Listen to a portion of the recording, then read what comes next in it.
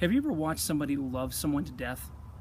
God's treasured possession, the church, next on So What?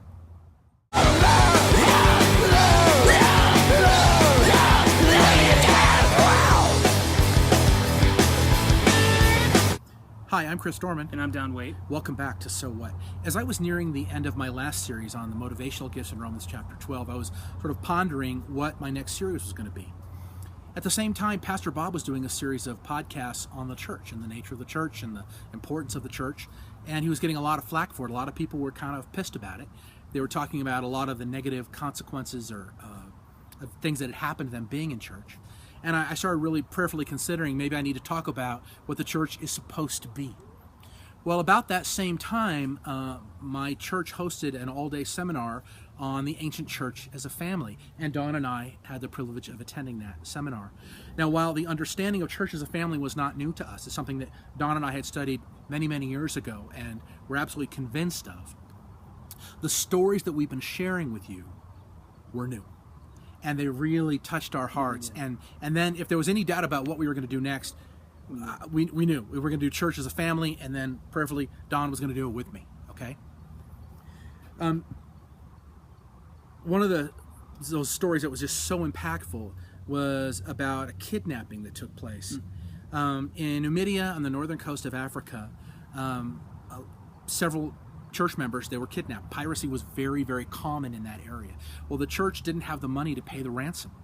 So they approached Cyprian in Carthage and said, look, Cyprian, all these brothers have been kidnapped. We can't get them back. Can you help us with the ransom? And he said, well, of course I can. Our church would be very happy to help. Your family, whatever you need, we'll do. How much money did they give him? 100,000 sesterces. Now, what is that? In that day, a Roman soldier was paid about 1,000 sesterces a year. So the ransom was equivalent of 100,000 soldier army, a 1-year salary for them. So it was a big pile of money, okay? A lot of money. And again, that little letter had over 16 references to brothers, sisters, our father, our common father. He and the rest of them saw each other as family. They felt comfortable asking for the money. Yeah. And he was more than happy to provide it from his church and said, hey, look, if this happens again, we'll do it again and again and again. We feel the same pain that you feel that these guys have been taken from you, and we want to help. It's like we're in prison with them. Right. Yeah.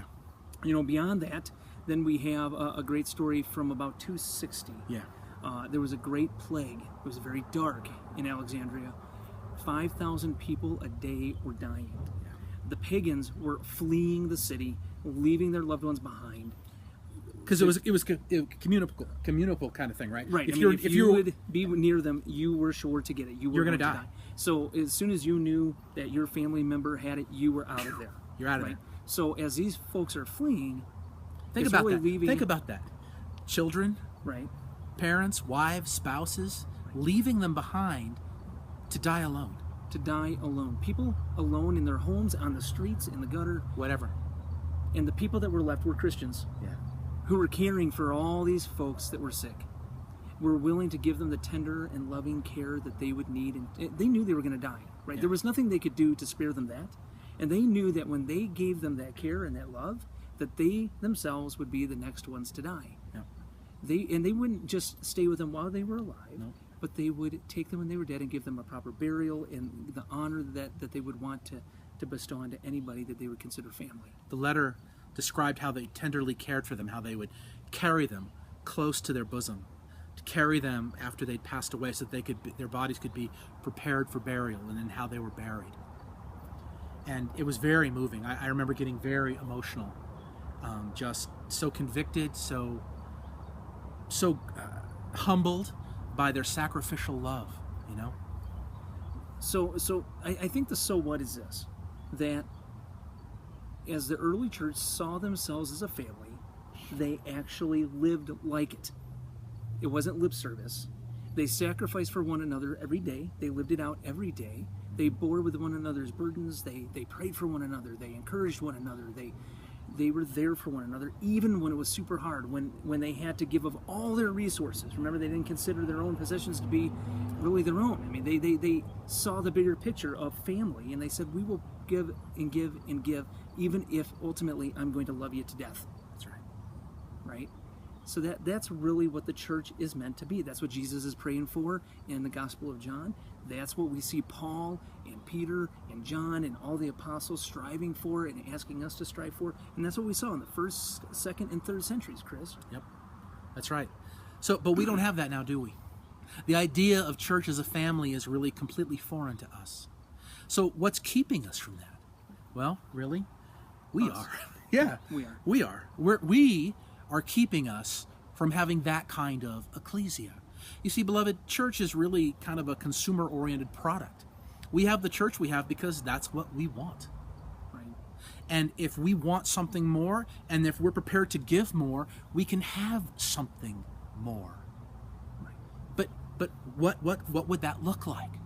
Now, the series before this one was on the motivational gifts in Romans chapter 12, and I was trying to encourage you all to recognize that you have been gifted by God to serve the body of Christ. Therefore, you matter. And when talking about church as a family, it's especially important, isn't it, Don?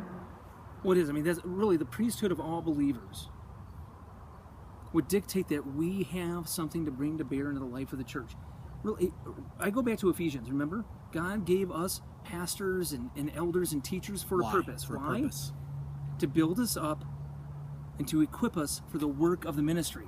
As each part does its work. As each part does As its each work. part does, yes. So yes. all of us have a part to play That's right. in ministry, in helping people get to glory, right? The sanctification process, remember we talked about this in an earlier podcast too, It is takes not a done in a village. vacuum.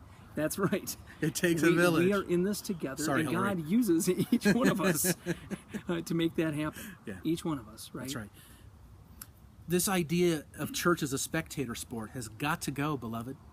You have a responsibility to me. I have a responsibility to you. You have a responsibility to those people in the pews. We have an obligation to one another. And it's not to just sit back and let someone else, use their gift while we don't use ours. Church, ecclesia, is to be a participatory process. And we got to get off our lazy spiritual butts and do it. So next week we're going to talk about the priesthood of all believers and how that will have a positive effect on church as a family, as you are empowered, as you see how you are equipped to minister the gospel, every single one of you.